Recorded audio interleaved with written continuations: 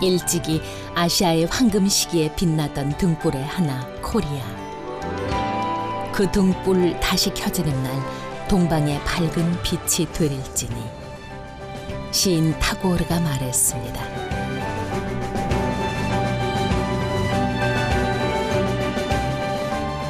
그리하여 우리는 500여 년 역사를 간직한 찬란했던 시절 조선의 한양을 떠올려 봅니다.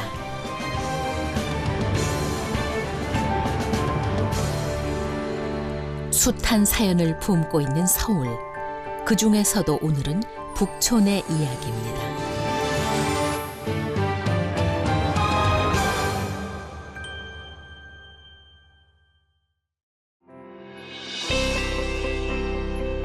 대한민국의 수도 서울은 옛날 조선시대 때에도 심장부 역할을 했습니다.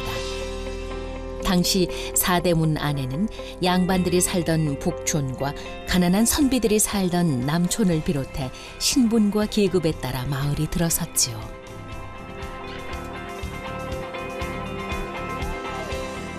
그중 지금의 가회동, 삼청동 일대를 포함했던 북촌. 풍수적으로 길지에 속했던 이곳은 권력의 땅이었습니다. 작가 권기봉 씨와 함께 서울에서도 한옥이 가장 잘 보존된 북촌을 둘러보기로 했습니다.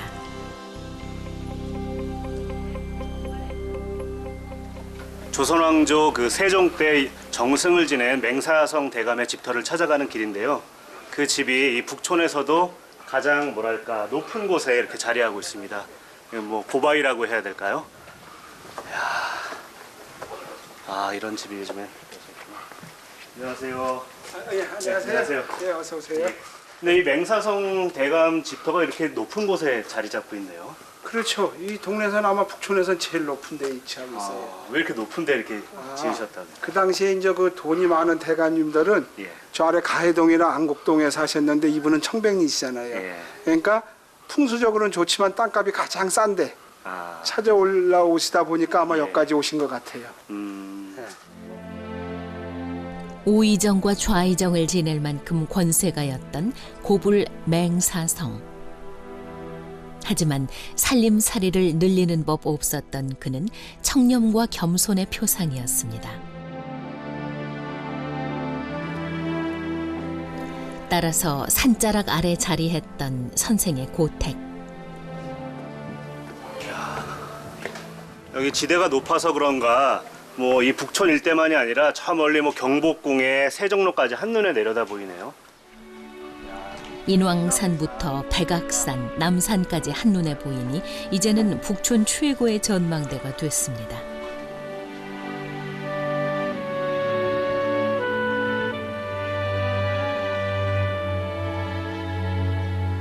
저 아래로 경복궁이 내려다 보이는데요. 조선 초 세종대왕은 이 주무시기 전에 이 북촌 꼭대기에 있던 이 맹사성 대감의 집을 꼭 이렇게 쳐다봤답니다. 그래서 그 맹대감, 스승이죠. 맹사성 대감의 집에 불이 꺼져야 비로소 이렇게 침전에 드셨다는 이야기가 전해져 옵니다. 멀리서도 스승에게 예를 갖추었던 세종대왕의 일화. 오늘은 인근 중학교 학생들이 와 어릴 적 충녕대군이 되어 맹대감의 가르침을 받아볼 참입니다. 생전 처음 걸쳐보는 도포자락. 이거 맞아? 이게 기니까 뭔가 영화에서만 있던 옷 같아.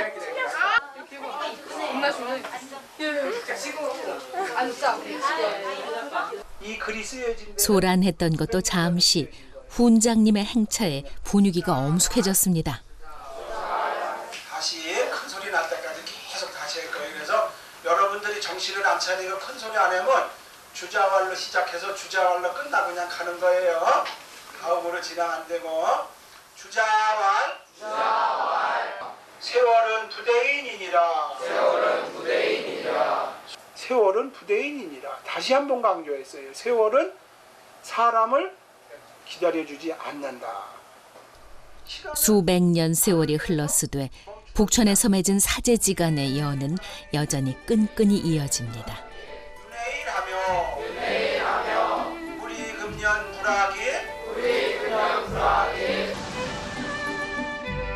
대궐같이 넓었던 양반 저택은 오늘날 오밀조밀 개성 있는 한옥들로 변신하기도 했습니다.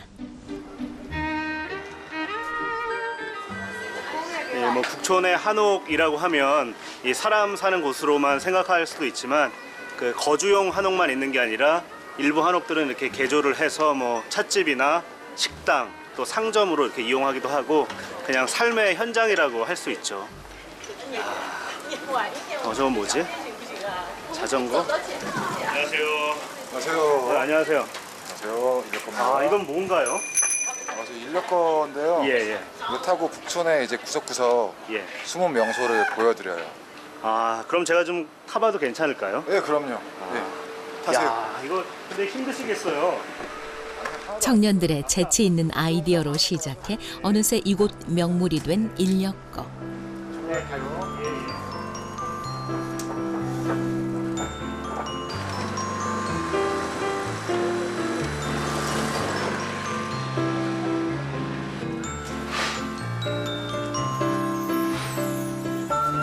오른쪽에 이제 운동문화원이라고요. 예. 전은덕이라는 할머니가 예. 원불교에 시주를 했어요.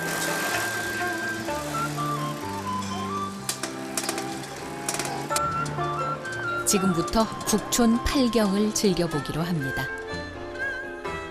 팔경 중 2경에 해당되는 원서동 공방길. 점잖은 양반의 풍취를 닮은 한적한 골목이죠. 여기에 진입하는 순간 새소리가 들리기 시작하고요. 조용한 바람이 불어오기 시작하고 오감을 깨울 수 있는 북촌에서도 다양한 분위기가 존재하는데 그 중에서 좀 정적이면서 조용한 그런 느낌을 간직한 곳이에요. 바로 옆으로 창덕궁 후원도 자리하고 있고요. 그 길 끝에서 만난 건 양반과 하인들이 수없이 드나들었을 사랑방. 여기가 이제 조선시대 때 빨래터로 사용하던 곳이래요. 네, 그래서 아무래도 궁궐에는 곡식이 풍부하다 보니까 쌀뜨물이 충분히 내려왔대요. 여기는 지금 성곽 바뀌고 여기는 이제 궁궐 아니니까.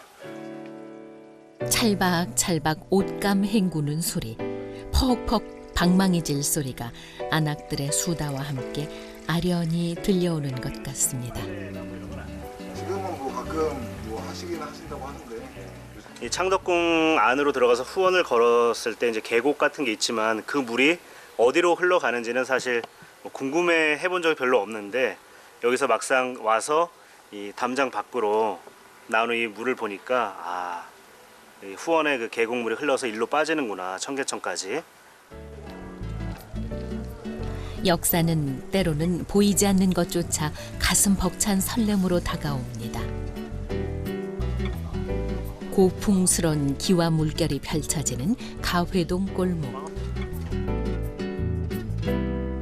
북촌 5경과 6경에는 이곳을 수없이 오르고 내렸을 옛 선인들의 시선이 느껴집니다.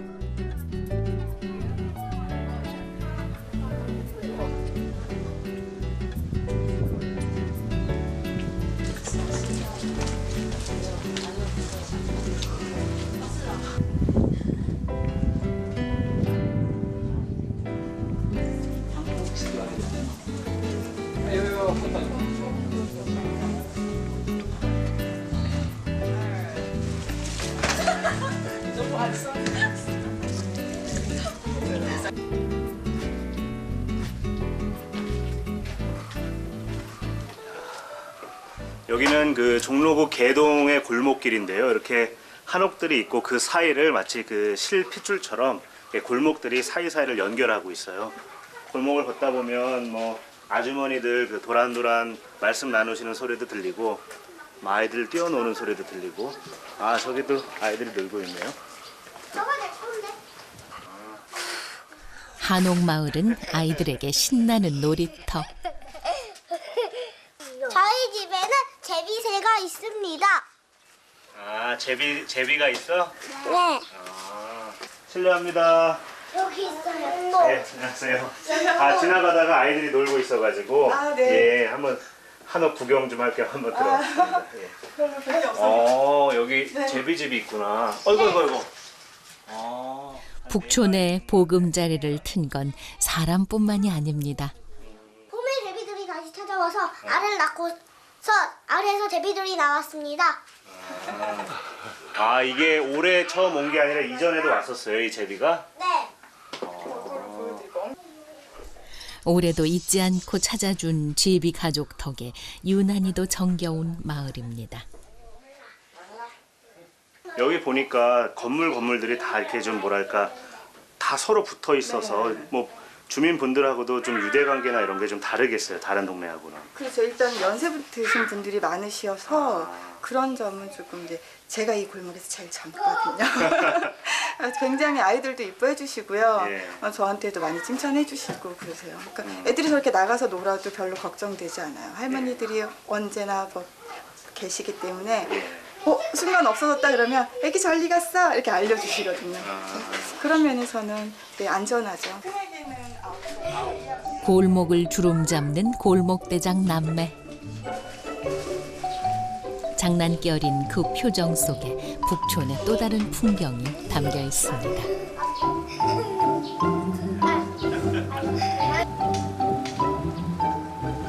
북촌 팔경.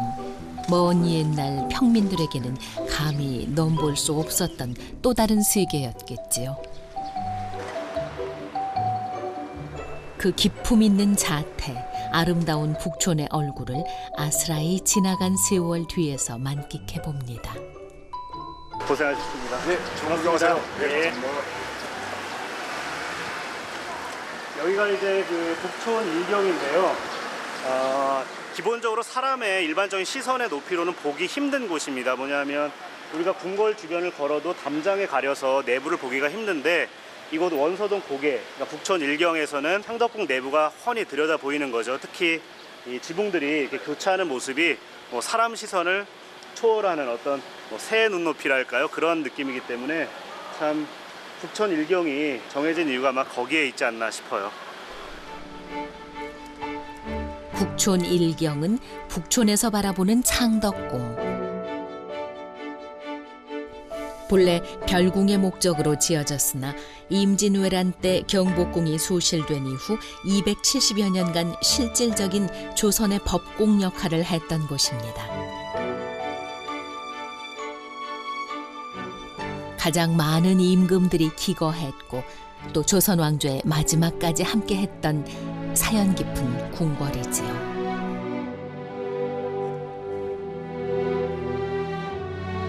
임정전 안에는 화려한 장식이 돋보이는 순종 때의 흔적이 고스란히 남아 있습니다.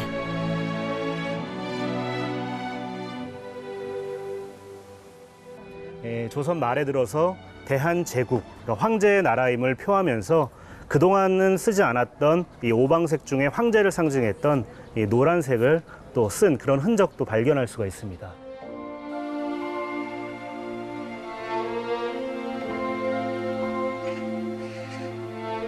이 시기에는 서양으로부터 근대 문물이 유입되고 또 수용됐습니다. 임금의 침전으로 쓰였던 대조전. 그 안에는 마치 서양 응접실을 떠올리게 하는 생활용품들이 남아 있습니다.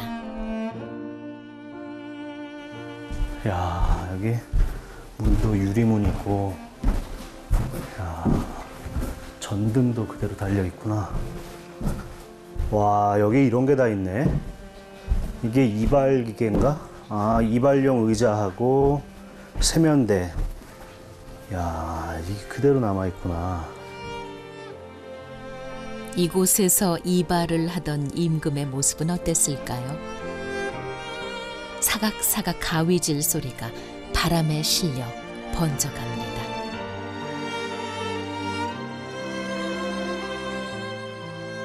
밤이 되면 더욱 매력적으로 빛나는 풍광들.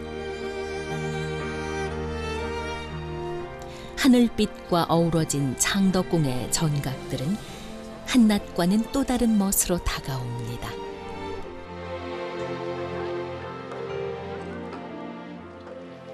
역사 속의 저런 건물들, 그것이 이런 자연 환경, 특히 달빛과 어우러지니까 다른 어디에서 느낄 수 있는 것보다 더 풍성한 그런 멋이 있는 것 같습니다. 정말 서울 안에 뭐 삭막하다 혹은 바쁘게 돌아간다라는 그런 느낌을 주기 쉽지만 이렇게 또 여유롭고 또 이렇게 가슴 뿌듯해지는 그런 광경이 있는 곳이 또 서울 같아요.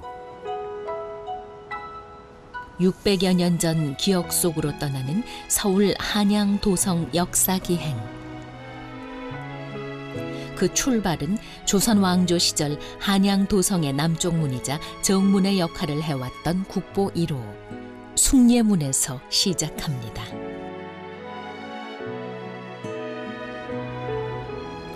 다행히도 화재 이후 복원되어 도성의 정문으로서의 위엄을 이어가고 있는 숭례문.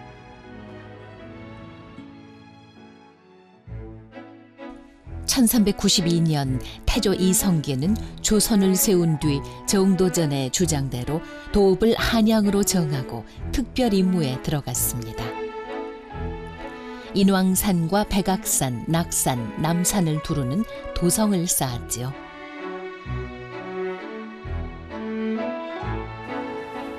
총 길이 18.6km. 따라서 오늘날의 도성길은 4개 코스로 즐길 수 있습니다. 세월의 흔적을 보여주는 성곽의 돌. 참 돌들이 이렇게 메주처럼 생겼어요. 귀엽게. 이게 이제 조선 초기 때 이제 지었을 때 그런 돌들이고요. 이건 이제 지금의 돌이죠. 그래서 뭐 한 600년 가까운 그런 시간차를 이 성벽 하나에서 볼 수가 있습니다. 야. 알고 보면 재미있는 축주술의 변천사. 작고 둥근 돌이 세종때와 숙종때를 거치며 정방형으로 견고하게 다듬어져 사용됐음을 확인할 수 있습니다.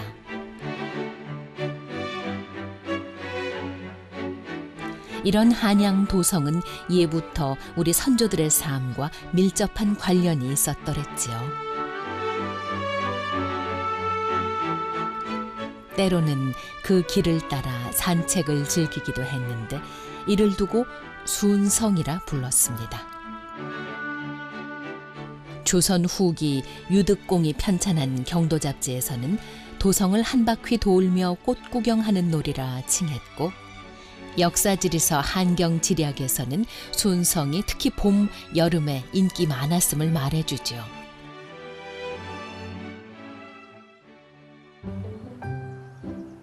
옛날로 돌아가 순성놀이 하듯 인왕산 구간을 이어갑니다. 야, 인왕산 자락이라 그런가 안 봤는데 그냥 어마어마하구나 규모가. 야. 숨이 차오를 무렵 불어오는 시원한 바람. 그리고 이내 갖은 사연을 품은 서울의 모습이 파노라마처럼 펼쳐집니다. 이곳은 이제 인왕산의 서쪽 자락인데요. 한양 도성 그 성벽에서는 이제 바깥쪽이죠.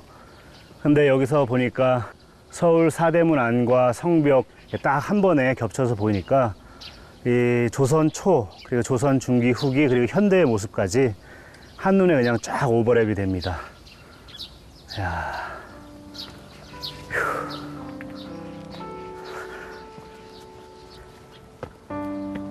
돌계단을 오르니 독특하고도 웅장한 바위가 눈에 띕니다.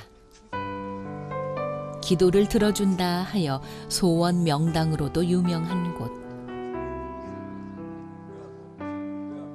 이곳은 선바위라 부르는 곳인데요. 조선 초에 그 태조 이성계 그리고 정도전 무학대사와 관련한 설화가 전해집니다.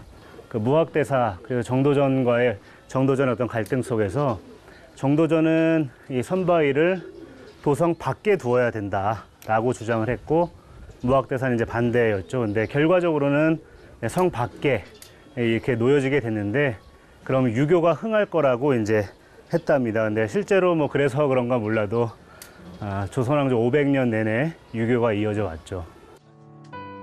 태조 이성계도 이곳에 올라 소원을 빌었을 테지요. 훗날 순성을 즐겼을 이들도 저마다 마음에 품었던 바람을 하나 둘 꺼내놓았을 것입니다. 순성은 산지를 지나 평지로 이어집니다. 평지의 도성은 일제 강점기를 거치며 훼손되기 일쑤였지요. 하지만 역사의 온기는 아직 남아 있습니다. 그나마 완전히 사라지지 않고 조금이라도 이렇게 남아있는 게 참 반갑다는 생각이 들고요. 뭐 정동만이 아니라 서울 곳곳을 걷다 보면 이렇게 마치 보물찾기를 하듯 곳곳에 사이사이에 숨어있는 이 서울 한양도성의 흔적들을 발견할 수가 있습니다. 학교 담벼락과 빌딩 숲 사이를 오가는 어느 길목. 무심코 지나쳤던 그 길을 오늘부터는 찬찬히 들여다봐야 할 것 같습니다.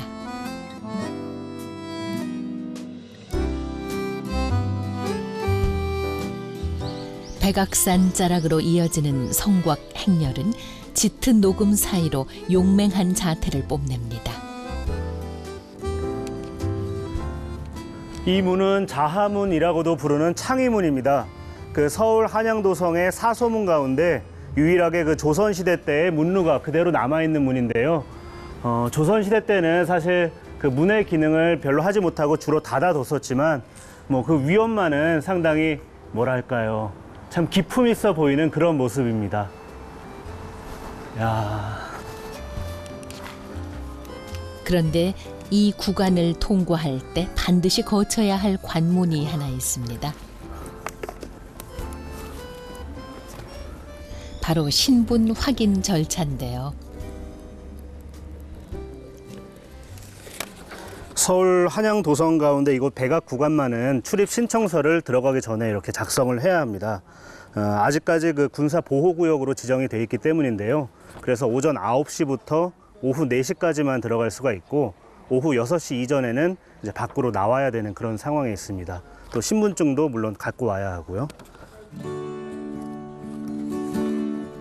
도성길 중 유난히도 출입이 까다로운 데에는 특별한 이유가 있었습니다. 1968년 1월 청와대를 습격하기 위해 침투해온 무장 공비들과 우리 군경의 치열한 총격전이 바로 이곳에서 벌어졌던 것이죠. 아, 여기 있구나. 야, 붉은 점도 그냥 그대로네.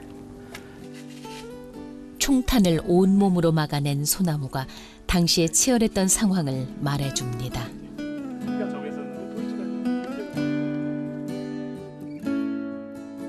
한국 내부적으로는 주민등록제가 강화되고 또 이 향토 예비군이 창설이 됩니다. 또 주변에 있던 이 평창동 일대가 개발이 되고 하면서 한국 사회에 큰 변화를 몰고 오게 되죠. 그런 역사적인 뭐랄까요, 흔적, 현장이라고 할 수 있습니다. 하지만 40여 년 만에 다시 열린 백악산 구간은 울창한 숲길 덕에 순성하는 내내 마음의 평온을 가져다 줍니다. 그야말로 자연 속으로 들어가 사색하기 좋은 장소죠. 지금이야 이 풍광 때문에 이 한양도성을 찾는 분들이 많아졌지만은 예전에 어떻게 이걸 정말 쌓았을까 생각만 해도 정말 아찔합니다. 야.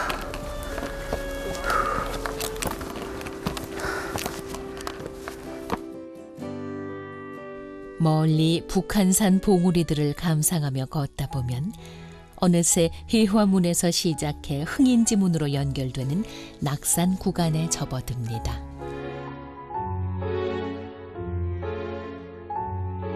이곳에서 서울 한양 도성길은 마을로 깊숙이 연결됩니다.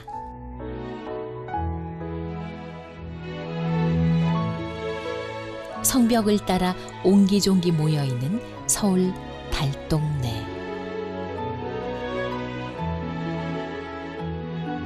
8.15 해방과 6.25 한국전쟁을 거치며 오갈 데 없는 사람들이 몰려와 이곳에 판잣집을 짓고 살기 시작했습니다.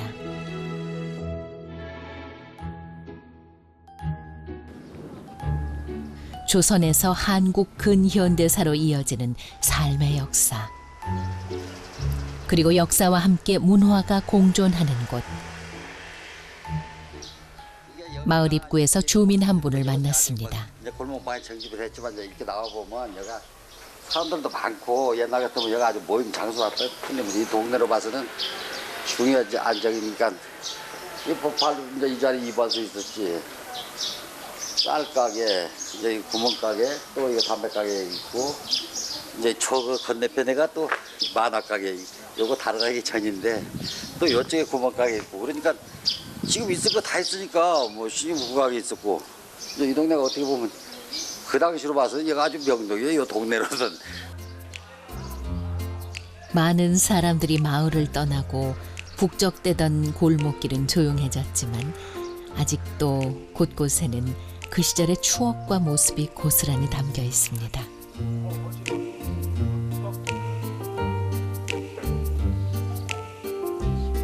없는 게 없는 오광석 시댁은 그야말로 마을 박물관. 감당하기 어려우실 때가 있죠. 옛날 부의 상징이었다는 라디오입니다.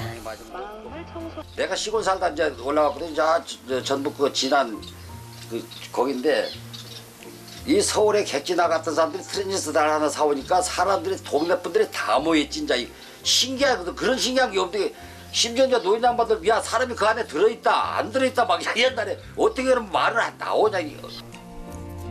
당시로서는 상상도 못할 일이었겠지요. 그때 그 호시절이 이제 추억이 됐습니다. 내친 김에 또 다른 보물단지를 풀어내는 어르신. 지하철을 펴고 이거 이제 이번에는 손바닥만한 전철표입니다. 4호선 개통하면서 이걸 이제 그때 동네에 뭐 반장 이게 좋았는데 부부간에 개통신날 오라고 이거 2장을 이렇게 이어서 보내줬길래 그날 가서 써버렸으면 이거 없을 재미인데 뭐 가서 그냥 전체는 안 타고 그 탔으면 이거 없어졌죠. 그때 그거 내고 타는 거니까 애들한테 이런 거 다 남겨놓고 가면 이제 나중에 이게 서울 발전이 이렇게 되는 것도 좀 알 수도 있는 거고. 그 시간 마을 사랑방이 떠들썩합니다. 아니나 다를까 온갖 식재료 펼쳐놓고 분주한 동네 안악들. 토요일 날 잔치예요. 잔치하기 위해서 음식을 하는 거예요. 옛날에는 다 이렇게 했잖아요. 요즘에 그냥 거기가 살지. 이게 옛날식으로 하니까 이게 좋죠. 아파트 그런 데 가면 좀 틀리지. 친절하게 산 것이. 그때부터 오늘 아파트 살기 싫더만. 시골에서나 보던 훈훈한 풍경. 이렇게 얼굴 맞대고 도란도란 살아가는 모습이 정겹습니다. 작년 11월 달에 가스 들어왔어요.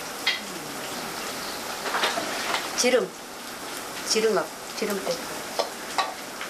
그래서 이거 가스 넣으면서 이거 이렇게 지어갖고 동네 우리 엄마들이 놀 데 없으니까 이 사랑방이라고 너무 나이 젊다고 노인당이도 안 하고 사랑방이라고 지었어.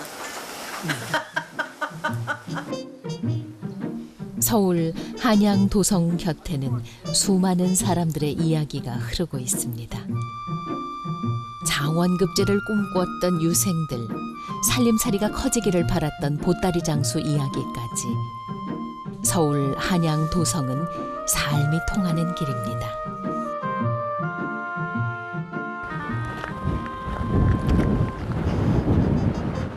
와. 조선시대 도성 안팎을 드나든 건 사람뿐이 아니었습니다. 물길 또한 이곳을 오갔지요. 이곳은 이간수문이라 부르는 곳인데요. 일종의 수문입니다. 그 남산의 필동 일대에서 발원한 물줄기가 바로 이곳을 통해서 나가는 거죠.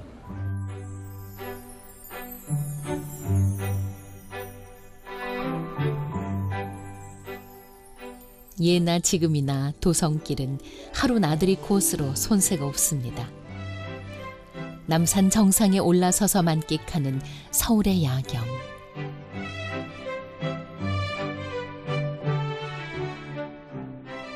낮에 보는 한양도성도 운치가 있지만 이렇게 밤에 보는 또 한양도성은 뭐랄까 은은하면서도 한적하고 또 한편으로는 상당히 화려한 그런 어떤 반전의 멋이 있네요. 이야. 선조들의 삶은 어땠을까요? 지금과 별로 다르지 않았겠지요. 열심히 살고 때로는 그 고단함을 풀기도 했을 테니까요. 순성은 지혜로운 삶의 모습이었을 것입니다. 아름다운 조선의 궁궐과 알지 못했던 숨겨진 이야기들.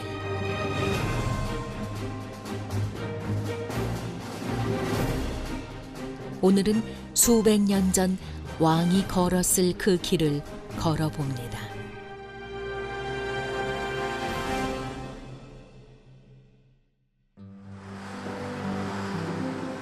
서울의 역사적 중심지 세종로. 이곳은 조선시대 한성부, 사헌부, 의정부를 비롯해 6개 중앙관서들이 모여있던 곳입니다.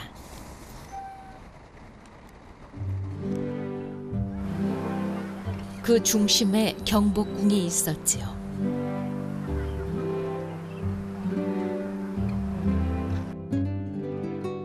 백악산을 주산으로 4개의 내소산과 개천이 흐르는 풍수지리적 최고의 길지. 태조 이성계는 최고의 정치가이자 사상가였던 정도전의 주장에 따라 경복궁을 세웠습니다. 경복, 큰 복을 비인다는 뜻이었지요.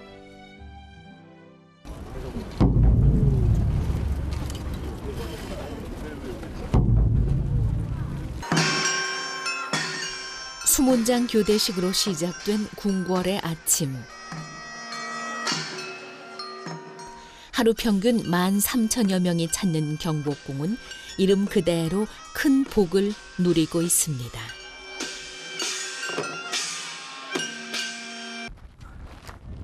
보통 경복궁을 찾는 분들은 광화문으로 들어와서 흥례문과 근정문을 지나서 근정전 쪽으로 이렇게 중심축을 따라서 쭉 들어가시지만 그에 앞서서 꼭 봐야 할 것이 이쪽 경복궁의 서쪽 그 영추문 근처에 놓여져 있습니다.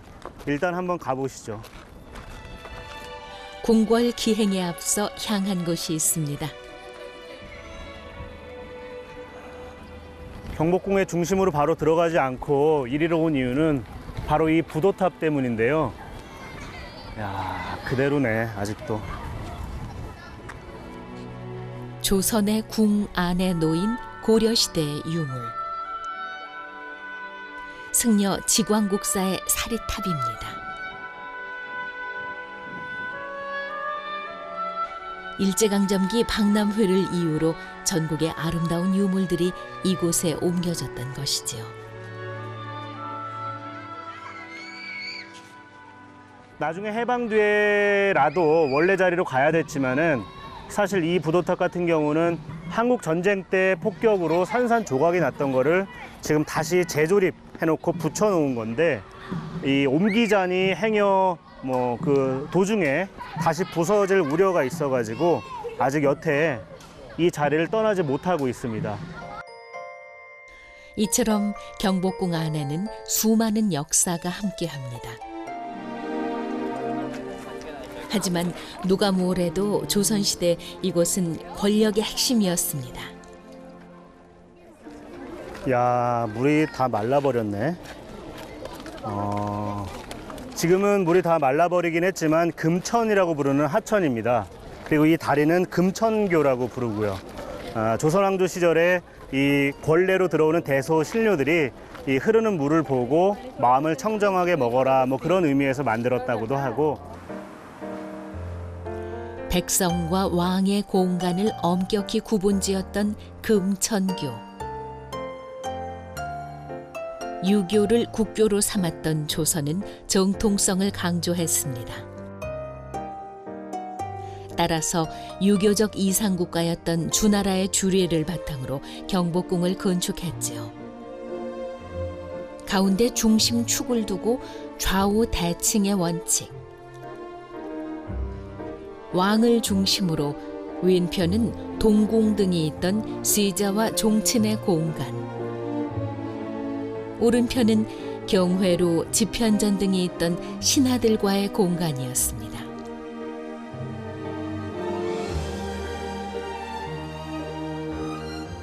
경복궁의 중심 건물 근정전. 이곳은 국가의 중요한 공식 행사나 회의가 있을 때 왕이 행차했던 곳입니다.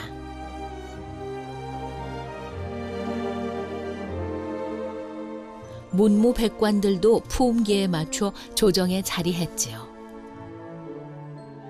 한쪽에는 근정전을 향해서 문반의 그 품계석이 있고 또 한쪽은 무반 품계석이 있습니다. 그래서 문반과 무반을 합쳐서 우리가 양반이라고 부르죠.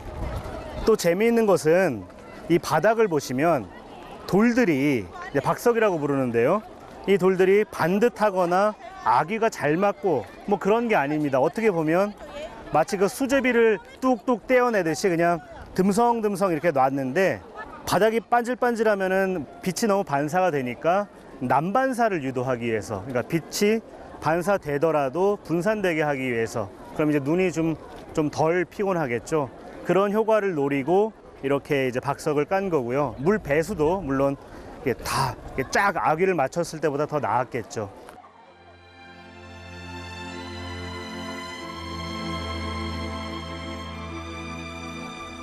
왕은 어떤 마음으로 저 어주화에 앉았을까요?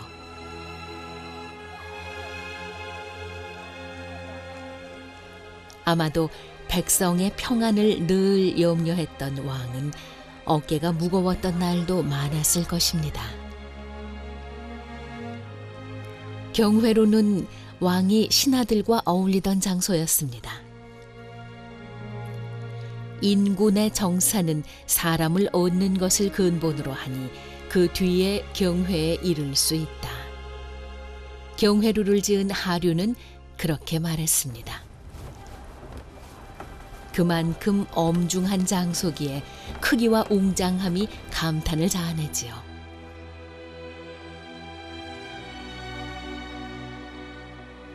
이야, 지금 경회루에 올랐는데요. 규모가 어마어마합니다, 정말. 그런데 더 놀라운 것은 왕의 공간에서 가장 그 규모가 큰 근정전이 25칸인데 비해서 이곳 경회루는 35칸이나 된다는 거예요. 참, 이 경회루는 어떻게 보면 왕과 신하가 만나는, 그래서 경연도 펼치고 또 연회도 하던 그런 공간인데요. 어떻게 보면 근정전보다도 경회루가 더 크다는 것은 그만큼 왕과 신하들과의 어떤 소통을 중시했다는 그런 점을 드러내고 있는 것 같아요. 건물 구조에서부터 그런 게 느껴집니다. 이야.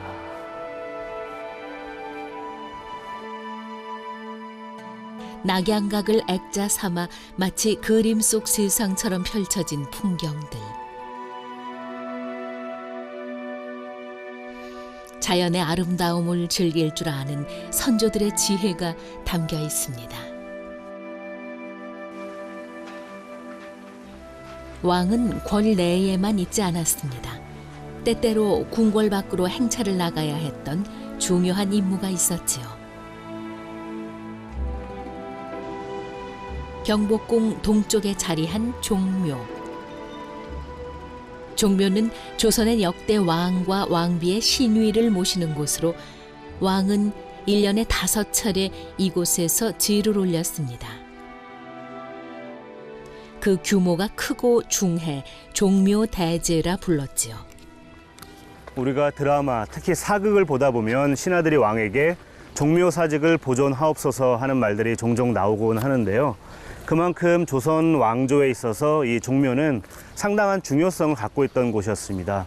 태조 이성계도 경복궁을 짓기 전에 먼저 이 종묘를 세웠을 만큼 그 왕가의 뭐랄까요, 정통성을 상징하는 그런 곳이었죠.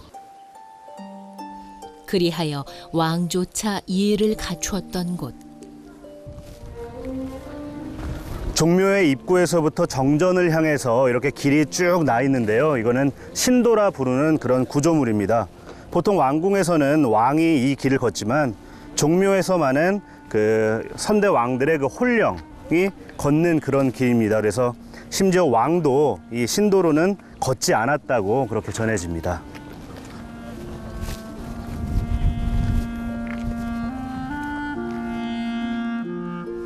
열아홉 칸 신실에 봉안된 49 신위.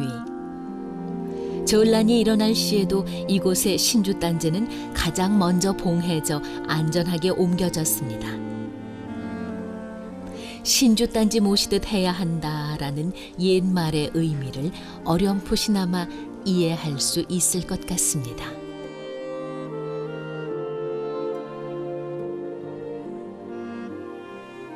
우리나라는 물론 뭐 전 세계에서도 이런 구조물은 본 적이 없어요. 한 면이 이렇게 길게 이렇게 배치가 되어 있는데요. 이 뭐 종묘가 가지고 있는 상징성 외에 건물 구조에서부터 엄숙함 그리고 이 장대함이 그냥 절로 느껴집니다.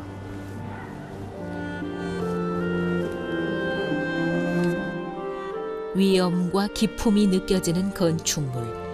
그런데 자세히 보면 특별한 건축의 비밀을 찾을 수 있습니다.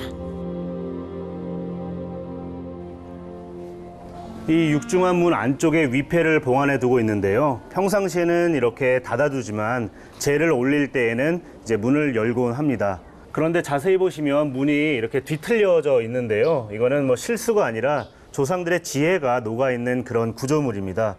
별도의 창문이 없다 보니까 공기가 통하지 않아서 일부러 문을 이렇게 뒤틀리게 배치함으로써 위아래에 이제 구멍이 생기게 되고 공기가 자연히 이렇게 순환하게 되는 거죠. 그래서 부패나 뭐 곰팡이 이런 것들을 방지하는 그런 아이디어입니다.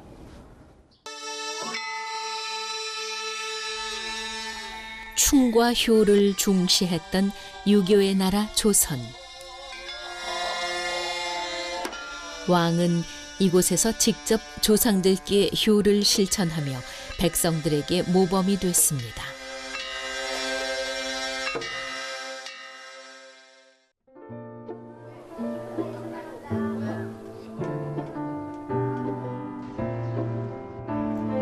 부지런히 정사를 살폈던 왕들은 고단함을 달래기 위해 특별한 공간을 만들었지요. 문득 그 공간이 궁금해졌습니다. 창덕궁의 수많은 전각들을 지나 만나게 되는 드넓은 후원. 산과 귀곡을 그대로 감싸는 듯한 후원은 왕들이 사랑하던 휴식의 장소였습니다.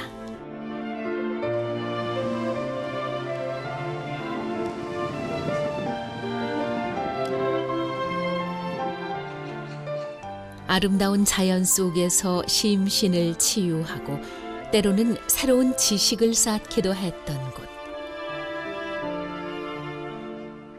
백성과 자신을 물과 물고기에 비유하며 깊은 생각에 잠기기도 했습니다.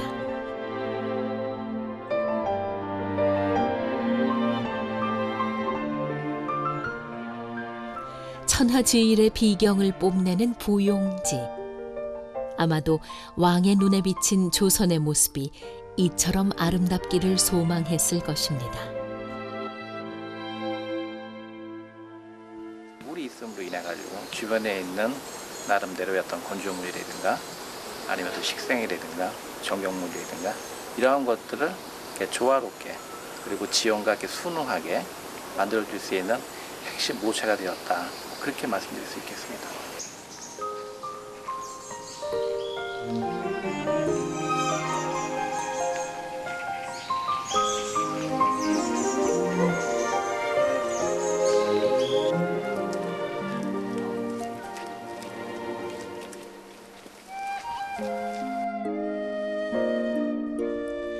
멀리서 왕의 웃음소리가 들리는 듯합니다. 옥류천 위에 술잔을 띄우고 시조를 읊었지요. 숙종은 이곳의 아름다운 풍광에 반해 오원절구 시를 남겼습니다.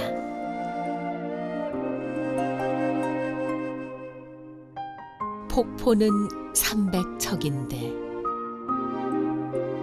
멀리 구천에서 내리네.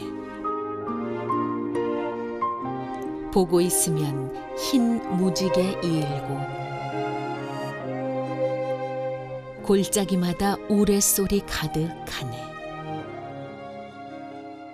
그동안 궁궐을 걷다 보면 건물 위주로 혹은 그 건물에 서려 있는 혹은 왕에 서려 있는 역사 이야기를 이제 공부하고 배운다면 이렇게 후원을 걸으니까 그들과 이 자연과의 교감 같은 것들을 어렴풋하게 느낄 수가 있네요. 휴식은 곧 내일에 대한 준비였습니다.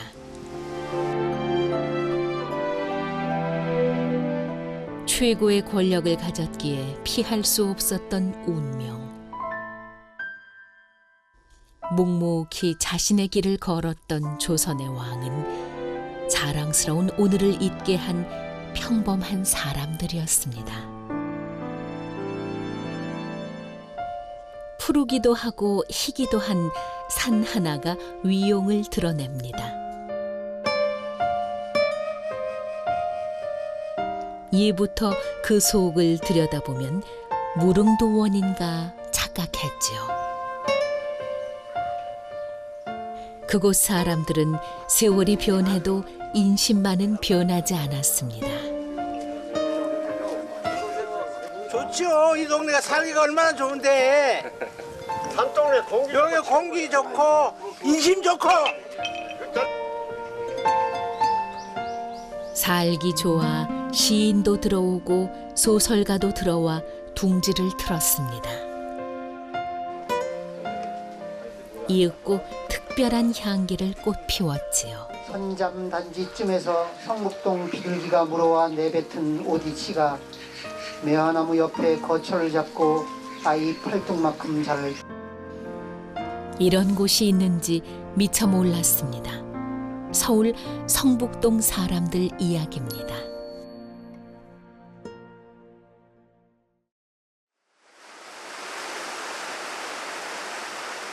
날아가는 새도 떨어뜨리는 천하의 이성계도 이곳에 와 빌고 또 빌었습니다. 그는 새로운 나라의 태평성대를 간절히 염원했지요. 이 마애불은 옥천암 마애 좌상 혹은 보도각 백불이라 부르는 마애불인데요. 여말 선초, 그러니까 고려말에서 조선 초 사이에 조성한 걸로 추정을 하고 있습니다. 특히 그 태조 이성계가 이곳에 와서 기도, 그러니까 불공을 드렸다는 이야기가 전해지는데요. 특히 그 당시에는 이 한양으로 천도를 할 때 과연 그 주산을 인왕으로 할 것이냐 백악으로 할 것이냐 논란이 있었는데 무학대사는 인왕을 주장한 반면 이제 정도전은 백악을 주장을 했다고 합니다. 결과적으로는 이제 백악, 즉 지금의 백악산을 주산으로 삼아서 경복궁을 조성을 하고 이제 한양으로 천도가 이제 이루어진 거죠.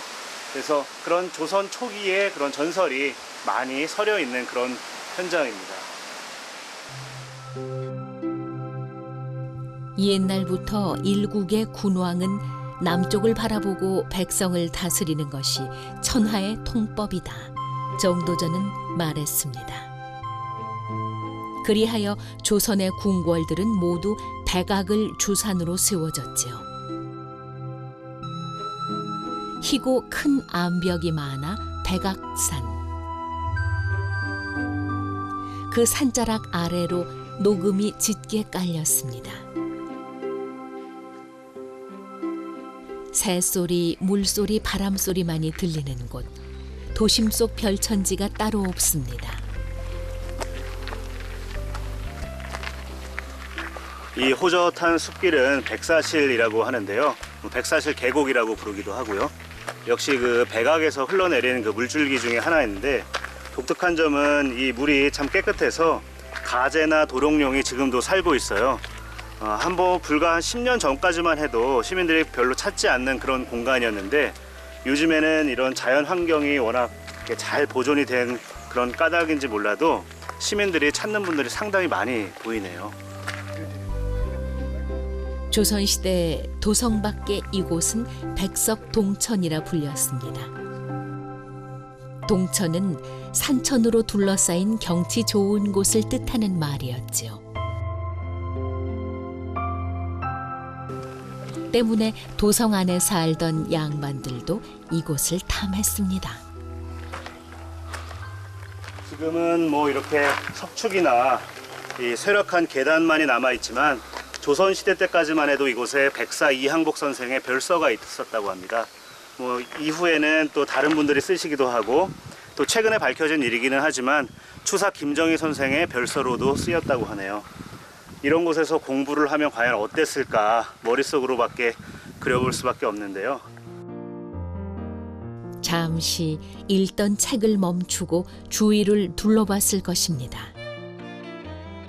자연은 그 자체만으로도 오래된 친구요, 깨달음을 주는 스승이었지요. 세월은 변해도 풍경은 한결같습니다. 예전에는 뭐 양반 계층이나 그 소수 일부 계층에게만 허락된 공간이었지만 요즘에는 뭐 누구나 그냥 시민 누구나 와서 쉴 수도 있고 뭐 책도 볼 수 있고 참 뭐랄까요, 서울에서 멀리 벗어나지 않고 서울 안에도 이런 공간이 있다라는 게 참 소중한 공간이구나 하는 생각이 들어요.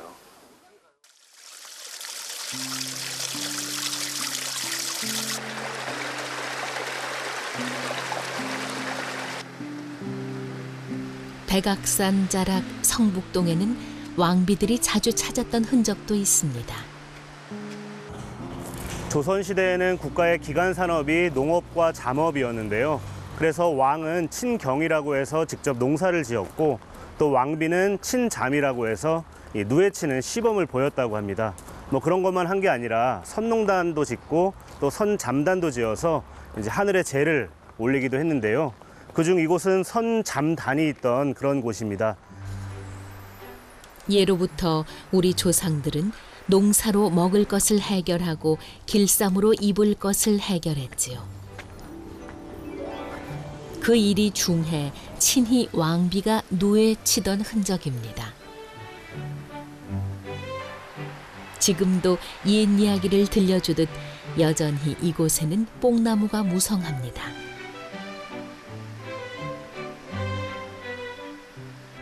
참 서울에서 이렇게 오디를 또 보는 게 뭐랄까 그 약간 시큼하면서 달콤한 정말 오디의 그 맛이 그대로 느껴지네요. 어렸을 때 맛봤던.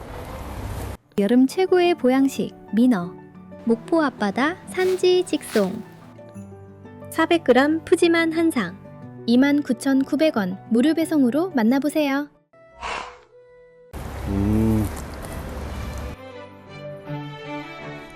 도성의 북쪽 군대가 배치돼 있어 북둔이라 불렸던 성북동은 사실 산이 깊고 농지가 적어 먹고 살기 쉽지 않았습니다. 따라서 왕은 나라에 늠료를 내려 가난한 백성에게 밭을 경작하도록 장려했지요.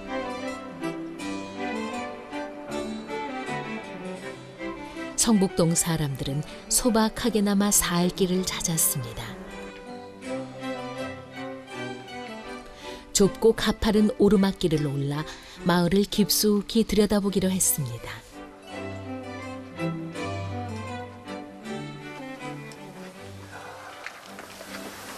여기는 서울 성북동에 있는 북정마을이라 부르는 곳인데요.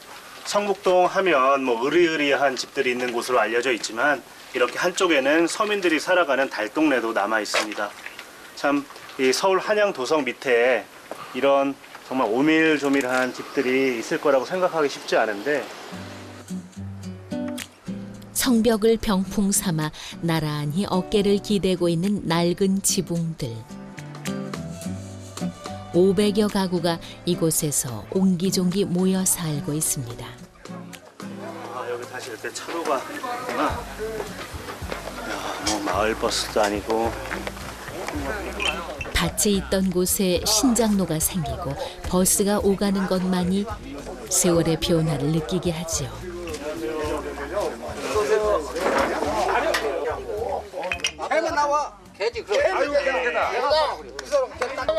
때마침 윷놀이 한 판이 제대로 벌어졌습니다. 우리 북정마을이 옛날 국내에서 쓰는 매주를 우리 이렇게 성북동 사람들에게 매주쓸 권리를 줬답니다. 그러면 그 매주를 써가지고 국민에다 납품을 한 거겠죠. 그러다 보니까 매주를 쓰다 보니까 매주 끓는 소리도 북적북적, 사람도 이렇게 여러 사람이 모여서 북적북적, 그러다 보니까 북적마을이 됐다고 합니다. 좋죠. 이 동네가 살기가 얼마나 좋은데. 산동네 공기 여기 공기 좋고 인심 좋고. 자, 잡아, 더 잡아. 자주 이렇게 윷도 놓으시고 그러세요? 이렇게 모이셔서? 예, 겨울철에는 한갈 때는 특히나 자연스럽게 이렇게 모여서 놀고 있어요. 여름인데.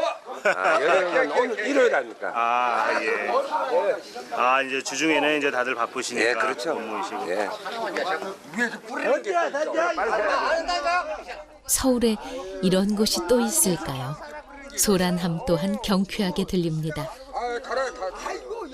여전히 사람들로 북적대는 이곳은 사람 냄새 나는 곳. 그 구수한 향기를 담은 마을 달력 또한 자랑거리입니다. 주민분들이요? 그렇죠. 주민들이 받아서 주민들이 촬영한 걸 그걸 모아서 이렇게 카렌다로 만든 겁니다. 이게 그러면 다 여기 북정마을 주민분들이 그렇죠. 여기 절반이 가 있는 거거든요.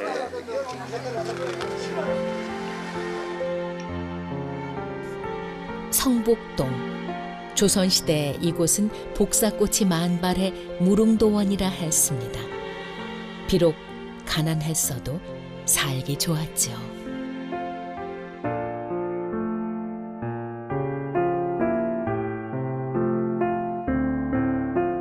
여전히 때 못지않은 자연에 기대어 사는 사람들.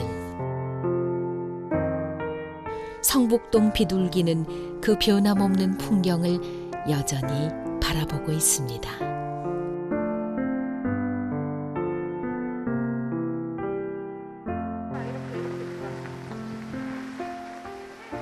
아름다운 풍광은 때때로 문인이며 예술가들의 발길을 불러 모았습니다. 한국 단편 문학의 아버지로 불렸던 소설가 이태준의 고택. 월북하기 전 그가 기거했던 수연산방은 소담하면서 운치 있습니다. 오래가는 벼루처럼 좋은 글을 쓰려 했던 선생. 특히 순박한 하층민에 대한 애정이 남달랐지요. 시에는 정지용, 소설에는 이태준이라는 찬사를 들을 만큼 1930년대 그의 위상은 대단했습니다.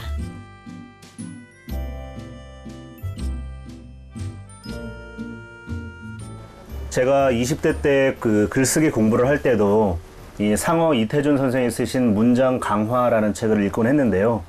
이렇게 선생이 머무르시면서 작품 활동을 했던 공간에 와서 이제 차 한 잔을 마시니까 감회가 더 남다릅니다.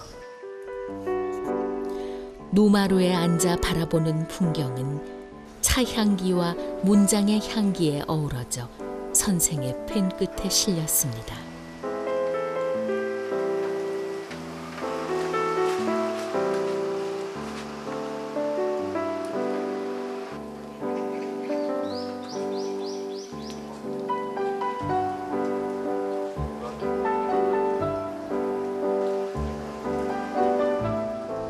성북동에서는 평범한 일상도 기억하고 싶은 이야기로 피어납니다.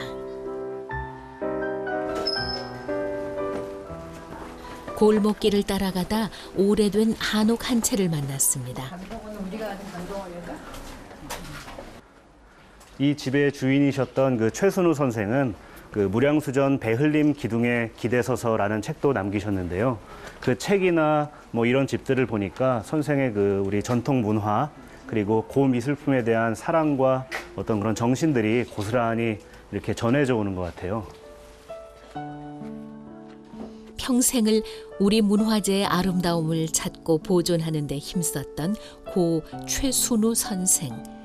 일제강점기를 겪으며 선생은 민족의 자부심은 곧 문화를 찾는 것이라 여겼습니다. 그리고 그 정신은 지금까지 이어지고 있지요.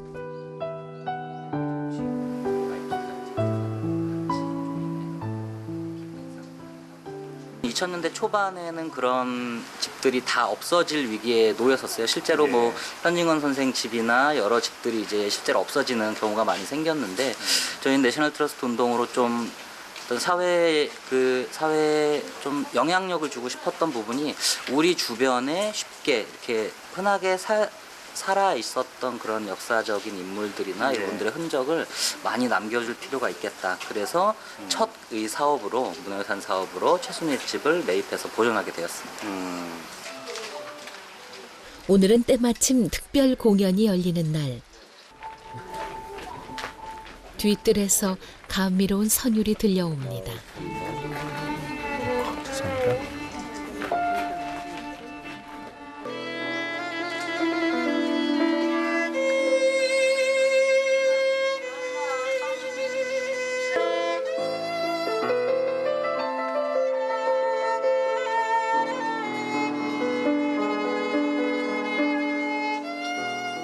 마을 주민들이 출연자가 되기도 하고 또 관객이 되어 즐길 수도 있지요. 나는 나에게 주어진 어떤 접점을 생각했다. 때로는 오래전 이곳이 좋아 들어왔던 시인처럼 시를 낭송해 봅니다. 단지쯤에서 성북동 비둘기가 물어와 내뱉은 오디치가 매화나무 옆에 거처를 잡고 에어컨 노동을 하고 일을 하고 저녁에 가족들이 모여 앉아서 식사를 하는 오늘 같은 날도 그냥 비가 옴으로써 그 느낌으로 또 같이 시와 어울릴 수 있고 예, 그래서 저는 그 현장에서 느끼는 것을 그대로 가지고 공연하는 것들이 굉장히 좋더라고요. 복사꽃보다 더 달달한 향기가 풍기는 성북동. 다시 보니 그 향기는 우리네 삶의 지취였습니다. 서울의 한 벼룩시장. 이곳은 그 서울의 동묘 앞인데요. 원래 이곳엔 작은 시장이 있기는 했지만 요즘 이렇게 커진 이유가 90년대 말 2000년대 초에 이제 그 청계천 도공공사를 하면서 그 주변에서 장사를 했던 상인분들이 그 동대문 운동장으로 옮겼다가 이리로 이렇게 옮겨와서 장사를 하는 곳입니다. 그래서 이렇게 주말이면 특히 많은 뭐 거의 난전이 벌어져요. 그래서 옷이며 신발이며 화장품, 뭐 자전거, 나사까지 정말 없는 게 없는 그런 시장으로 완전히 탈바꿈을 합니다. 시장 물건은 구석구석 들여다보고 골라봐야 재미지요. 요즘은 찾아보기 힘든 물건들이 가득합니다.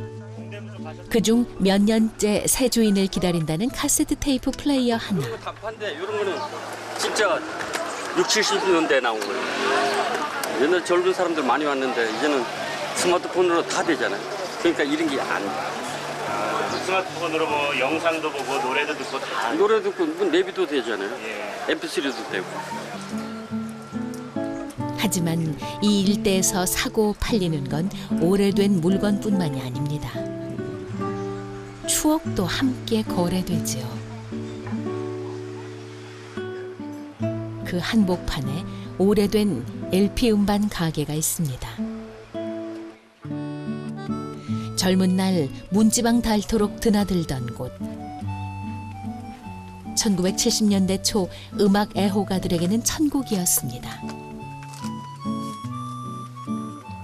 이곳에 오면 새로운 음반을 하루라도 빨리 만날 수 있었지요. 그 시절이 새록새록 떠오릅니다. 여기가 이제 주근기판하고 같은 사이즈거든 이게. 주근기판이 끝나고 나서 요렇게 이제 작게 나왔었는데 요렇게 작게 나오다가 이제 12인치로 큰 판이 나오기 시작했지. 그 형님 댁에서 나온 것들인데. 우리 어려서 이제 동요나 이런 거 학교 가면 제일 먼저 배우는 게 이건데 이거 그때도 이제 레코드가 이렇게 나왔었다. 초창기 레코드예요 이게. 나이가 그러니까 최하 30년은 된 거니. 이런 거는 이제 국민교육헌장. 옛날에 에어 봤나? 예? 국민교육헌장. 15만 장 가까이 되는 LP 음반. 이거는 이제 송창식하고 윤영주 아니야, 팀폴리언. 응? 우리 세대는 굉장히 높이 평가를 해줬어요, 이 사람들. 야, 한참 때인데 그때만 해도. 송창식, 윤형주의 남성 통기타 듀오 트윈폴리오. 감미롭고 편안한 목소리로 1960, 70년대 큰 인기를 끌었습니다.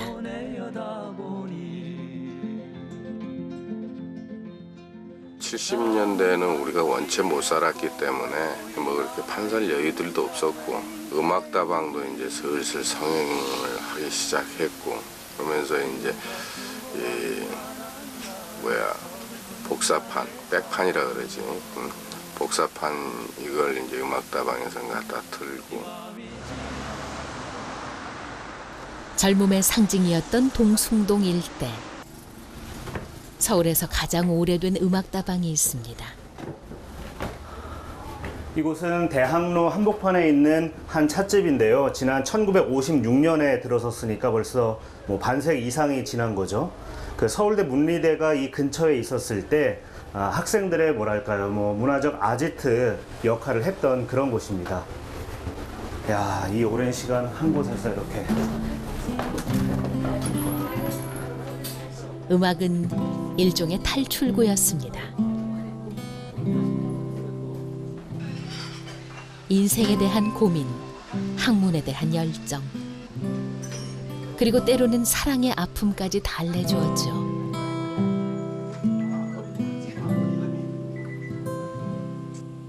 오래전 이곳에서 일했던 DJ 1세대. 문화기획가 강준혁 씨로부터 당시 음악다방의 인기를 전해 듣겠습니다. 음반 있는 데는 절대로 다른 사람들이 못 드나들게 만들었었고요. 좋은 반을 하나 구하기 위해서 막 그 온갖 데를 다 다니기도 하고. LP 음반 특유의 따뜻한 음색은 감성을 자극하기에 충분했지요. 이덕희 씨는 시인이에요. 지금 내로라 하는 유명 인사들도 젊은 시절 단골 손님들이었습니다. 지금 이제 시인으로 이미 많이 알려져 있는 그 김정환 씨 같은 경우는 글에 들어오면 황제 왔네. 왜냐면 베토벤의 황제 피아노 협주곡만 죽어라고 신청을 하는 거예요. 강의실에서는 배울 수 없었던 그 무엇이 이곳에 오면 가슴 뜨겁게 차오르곤 했습니다.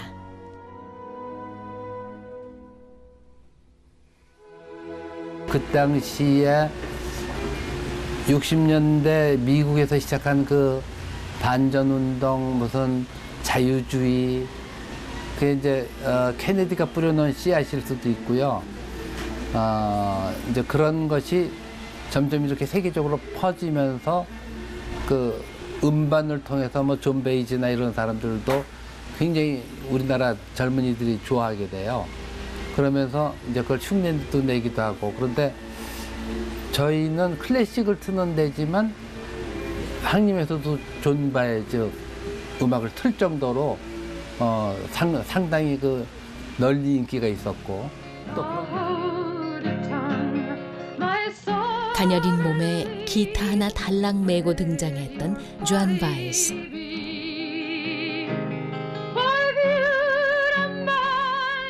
맑은 음성으로 저항과 반전을 노래했던 그녀는 1960, 70년대 세계적으로 포크 음악 열풍을 일으켰습니다.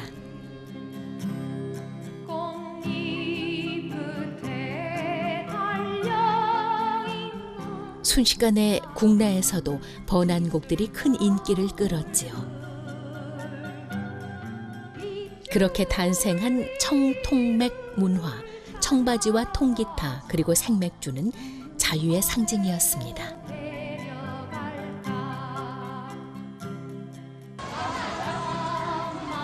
어쩌면 음악은 탄생하는 것이 아니라 만들어지는 것일지 모르겠습니다. 그래서 늘 우리 곁에 있는 것이겠죠. 종로와 명동 일대에서는 대중들에게 사랑받는 음악이 유행했다면 신촌에서는 새로운 장르의 바람이 불었습니다.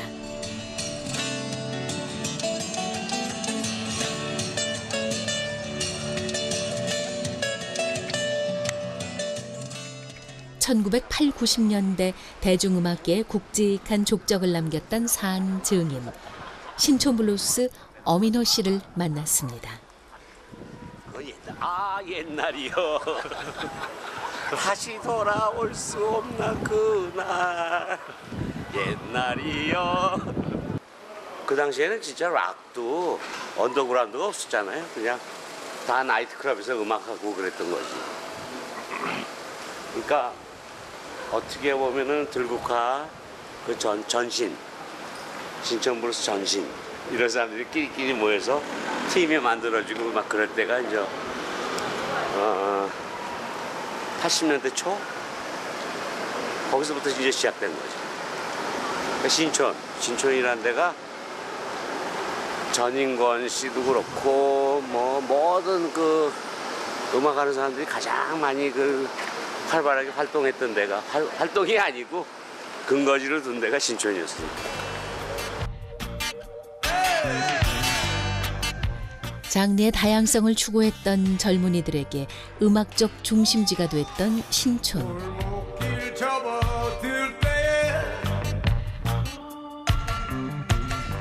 그들은 블루스, 재즈, 락 등에 열광했고 새로운 공연 문화를 탄생시키기도 했습니다. 오늘도 신촌에서는 특별한 공연이 열립니다.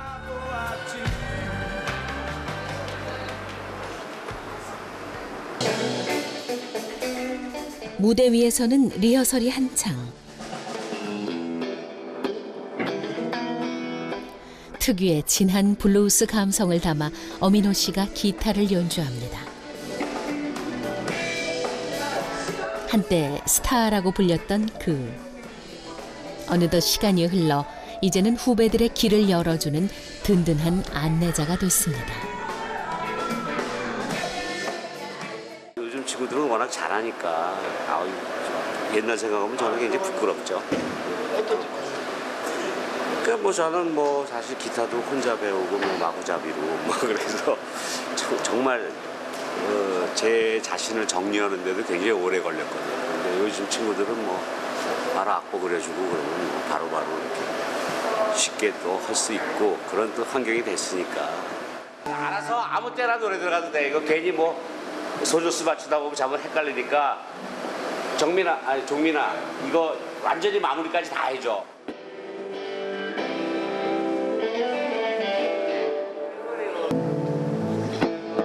밤마다 해볼게. 밤마다 하고 딴 사람 넘어갈게. 젊은 날 음악에 쏟았던 열정. 세월이 흘러도 신촌의 그 열기는 식지 않았습니다.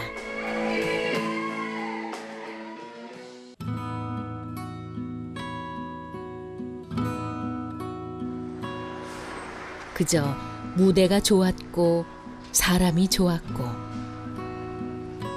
음악으로 하나가 됐던 그 모습에 행복했지요. 신촌에서 만난 이진구 씨 또한 1980년대 행복했던 시절을 추억합니다. 예전에는 뭐랄까 이런 스타일의 뭐 라이브 펍이라고 해야 되나요? 아니면 라이브 카페라고 해야 되나요? 이런 게 좀 많이 있었나요? 예전에? 라이브 카페도 아니고 술을 파는 것도 아니고 그냥 음료수, 커피, 홍차, 토스트 이런 걸 팔면서 손님들과 같이 합창을 하는 곳이에요. 여기 보면은 제가 예전에 쓰던 책인데 이런 식으로 돼 있어갖고 노래만 가사들이 있어요. 노래방이 없던 시절 일명 합창의 집이라 불렸던 곳이 있었지요. 무대 위에서 노래했던 이진구 씨는 가수라기보다는 관객들과 소통하는 진행자에 가까웠습니다.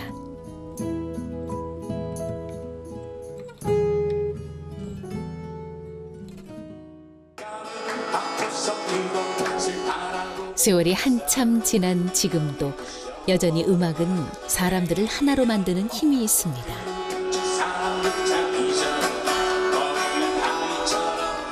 젊은 날의 기억들, 그리고 오래돼도 좋은 옛날 노래들. 음악과 청춘은 그렇게 서로 닮았습니다.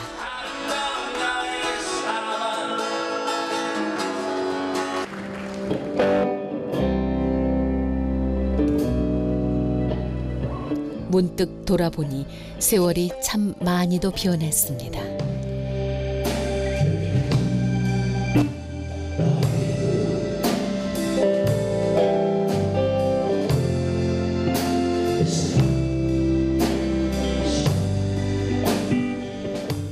추억에는 늘 그리움과 아쉬움이 공존하는 법. 지금도 많이 바뀌었지만 연대나 뭐 이런데 보면 조금 글쎄 옛날 추억을 더듬기에는 너무 없어졌기 때문에 좀 힘들지만 그래도 좀 괜찮지 않나. 아직까지 냄새는 나는 것 같아요. 뜨겁고 치열했던 우리의 청춘을 함께했던 음악만은 기억할 것입니다.